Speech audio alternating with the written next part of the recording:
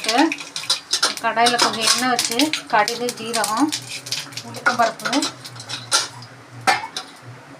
மஞ்சப்பொடி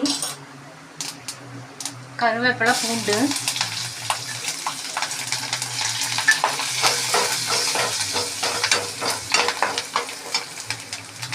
பெருங்காயம் பூண்டு வதங்கினோன்னா ரைஸ் போட்டுட்டு உப்பு காரத்துக்கு ஏற்ற மிளகா பொடியும் போட்டு கலந்துட்டோன்னா சர்வ் பண்ணால் ரெடி ஆயிடும்.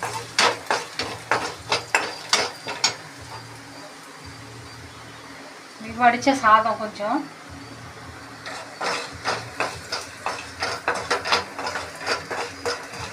பூண்டு நல்லா வதங்கினோன்னா ரைஸ் போடணும்.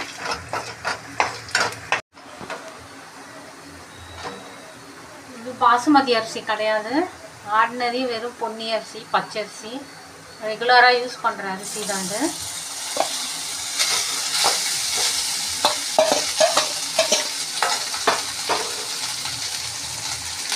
தேவையான உப்பு, காரத்துக்கு தகுந்த மாதிரி கொஞ்சம் மிளகாய் பொடி,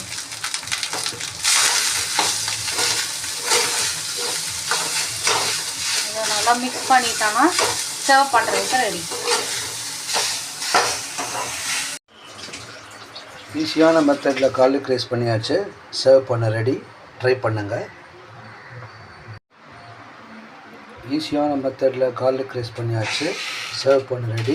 கமெண்ட் பண்ணுங்கள். சப்ஸ்கிரைப் பண்ணாதவங்க சப்ஸ்கிரைப் பண்ணிக்கோங்க.